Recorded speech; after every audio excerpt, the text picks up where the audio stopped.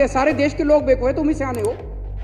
उनको बुला बुला के धमकाया गया, ये स्कीम बंद करवाई गई। क्यों? मेरे लोग हैं दिल्ली के 2 करोड़ लोग। मैं 280 तो क्या 2080 भी करूंगा, मेरी मर्जी। मेरे को लोगों ने चुन के भेजा है, मैं अपने लोगों की सुरक्षा के लिए 280 क्या 2800 करोड़ रुपए खर्च करूंगा। आप कौन होते हैं इसको रोकने वाले? आप तो नहीं रोक सकते। खुद हटा के बीजेपी वाले उनके धरने में जाके टेस हुए अपने मगरमच्छ के आंसू बहा रहे। शर्म आनी चाहिए आप। थोड़ी सी शर्म बची है तुम लोगों के अंदर तो डूब मरो चुल्लू भर पानी के अंदर। इस तरह की गंदी राजनीति करते हो, खुद ही हटवाते हो और खुद ही उनके उसमें धरने में जाके तुम रोना रोते हो। करने को तैयार हूं मैं। चलो मैं और तुम चलते अभी एलजी साहब के पास। अभी आपने कहा चलो मेरे साथ, अगर माइक के लाल हो तो चलो मेरे साथ अभी एलजी साहब के पास चलो। मैं करने को तैयार हूं। मैं जहां साइन करोगे खाली कागज पे दस्तखत करने को तैयार हूं। एलजी से करा के लाओ। तुम्हारा एलजी है? एलजी तो किसी को भी जेल भेज सकता है, एलजी तो किसी को भी सस्पेंड कर सकता है। बड़ा पावरफुल आदमी है, किसी को भी कुछ भी कर दे। तो एलजी से सारे डरते हैं। जब मेरे को पता चला, मैं एलजी साहब से मिलने गया। मैंने कहा सर ये क्या हो रहा है? मैं सुन रहा हूं कि आप सिविल डिफेंस वॉलंटियर्स को इनको हटाने की वो कर रहे हो। तो उन्होंने कहा कि अरविंद जी देखो, अब बसों के अंदर तो सीसीटीवी कैमरे भी लगे हुए हैं और ये पैनिक बटन भी है, क्या जरूरत है बस मार्शल्स की? हम 280 करोड़ रुपए इनके ऊपर खर्च कर रहे हैं। मैंने कहा सर मेरे लोग हैं दिल्ली के 2 करोड़ लोग। मैं 280 तो क्या 2080 भी करूंगा, मेरी मर्जी। मेरे को लोगों ने चुन के भेजा है, आपको तो चुन के नहीं भेजा। मेरे को लोगों ने चुन के भेजा है, मैं अपने लोगों की सुरक्षा के लिए 280 क्या 2800 करोड़ रुपए खर्च करूंगा। आप कौन होते हैं इसको रोकने वाले? आप तो नहीं रोक सकते। और मैंने कहा अगर सीसीटीवी कैमरे और पैनिक बटन से ही हो जाता तो मैंने कहा सारे राजनिवास के चारों तरफ सीसीटीवी कैमरे तो लगे हुए हैं, पैनिक बटन और दीवारों पे लगा देते हैं, आपकी सुरक्षा हटा देते हैं। क्या जरूरत है आपकी सुरक्षा की? पूरी दिल्ली के अंदर तो सीसीटीवी कैमरे लगाई दिए, पैनिक बटन और लगा देते हैं, हर खंबे के ऊपर दिल्ली पुलिस भंग कर देते हैं। क्या जरूरत है? अरे layers and layers of security होती है किसी भी समाज के अंदर सुरक्षा की। एक लेयर ऑफ सिक्योरिटी बसों के अंदर है सीसीटीवी कैमरे की, एक लेयर ऑफ है पैनिक बटन की, एक है बस मार्शल की। कोई किसी के सामने पैनिक बटन आया और उसको ध्यान आ गया, वो पैनिक बटन दबा देगा। बाद में अगर अपराध को जांच करने के लिए सीसीटीवी कैमरे की जरूरत पड़ी, सीसीटीवी कैमरा। बस मार्शल किसी के सामने बैठा और कोई लड़की को छेड़ रहा है, वो बस मार्शल को कही भैया इसको जरा सा रोको। हम layers and layers of security, तो उसको रोका कैसे से जा सकता है? तो उन्होंने कहा ठीक है मैं नहीं रुकने दूंगा। और फिर उन्होंने फाइल के ऊपर आदेश कर दिया कि इनको हटा दिया जाए। जिस दिन ये अखबार के अंदर छपा था, मेरे को याद है जिस दिन उन्होंने आदेश किया था 2 दिन पहले अखबार के अंदर छप गया था कि एलजी साहब रोकने वाले। मैंने फोन किया एलजी को, सवेरे सवेरे उठ के 8 बजे मैंने फोन किया, सर ये अखबारों में मैं क्या पढ़ रहा हूँ? आपने मेरे को प्रॉमिस किया था कि आप इनको नहीं हटाओगे, आप क्यों हटा रहे हो इनको? मैंने उसी दिन चिट्ठी लिखी, मैं कहीं और गया हुआ था उस दिन, मैंने वहां से चिट्ठी लिखी एलजी साहब को कि, और वो चिट्ठी एक चिट्ठी लिखी और 2 बार नोट भेजा है मैंने, एक मंत्री के थ्रू नोट भेजा है कि मौजूदा सिविल डिफेंस वॉलंटियर्स को नहीं हटाया जाना चाहिए, मौजूदा सिविल डिफेंस वॉलंटियर्स को कंटिन्यू रखिए। और जब तक वो कह रहे थे कि नहीं हम होमगार्ड करेंगे, मैंने कहा ठीक है जब तक होमगार्ड नहीं आते तब तक इनको रख लो और होमगार्ड इन्हीं को नियुक्त कर दो। होमगार्ड आपको कानूनी पेंच तो फंसाने हैं।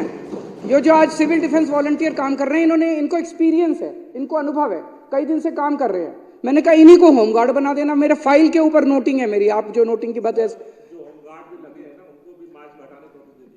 जो अभी लगे हुए हैं होमगार्ड की वैसे कंडीशन ऐसी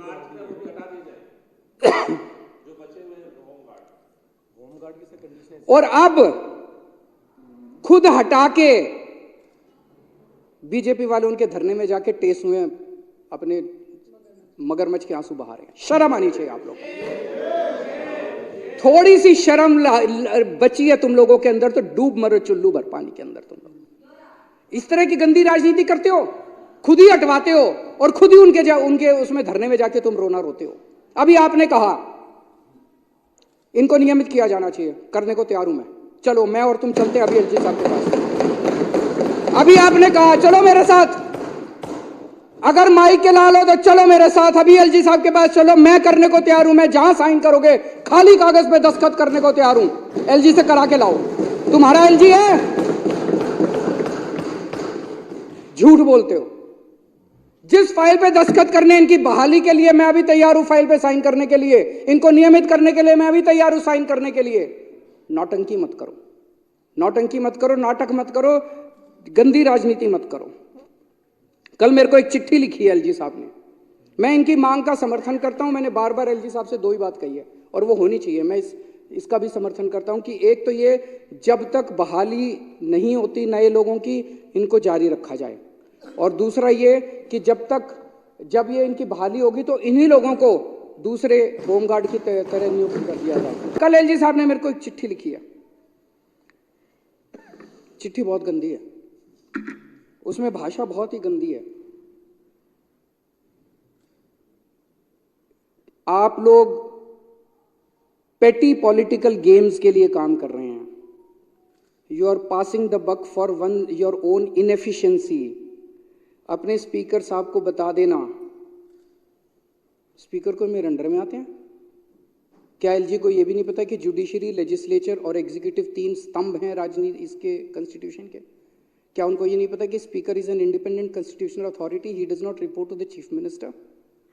कि अपने स्पीकर साहब को बता देना कि इसमें से एक्सपेंज कर दे प्रोसीडिंग्स में से। मैं कुछ नहीं कह सकता स्पीकर साहब को, हमारे सबके माननीय है स्पीकर साहब, मैं नहीं कह सकता इनको कुछ। You and your ministers are accusing me, your statements are white lies. This is a typical example of abuse and scoot game which you seem to have mastered. You have made a career out of it. ये LG साहब मुख्यमंत्री को चिट्ठी लिख रहे हैं, ये भाषा है? ये भाषा है? ऐसी भाषा लिखनी चाहिए।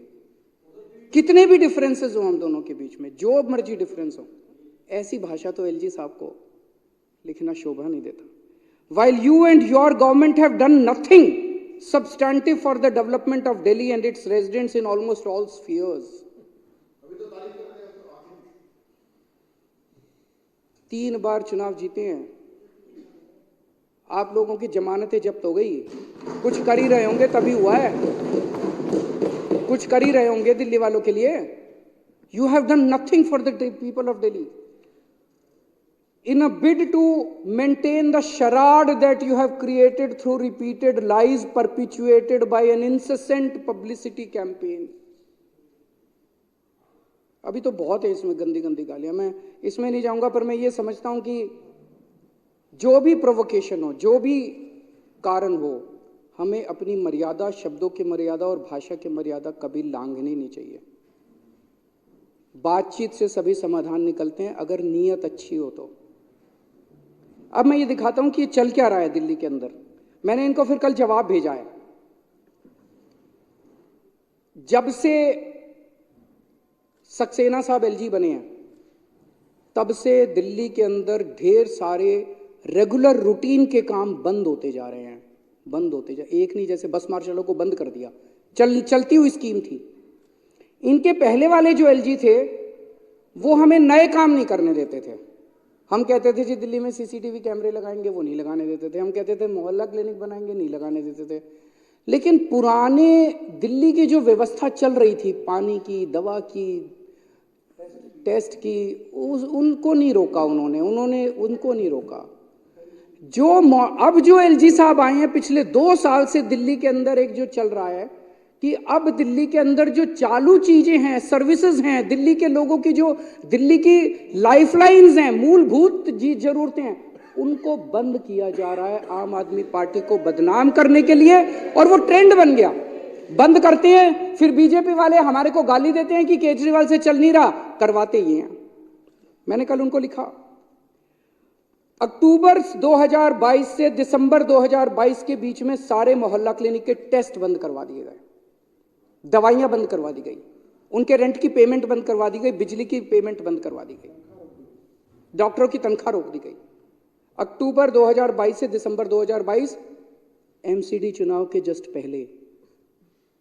क्या कारण था भाई? आम आदमी पार्टी के वोट कम करने थे और बीजेपी को वोट बढ़ाने थे। वोटों के लिए तुम किस हद तक गिरोगे बीजेपी वालों?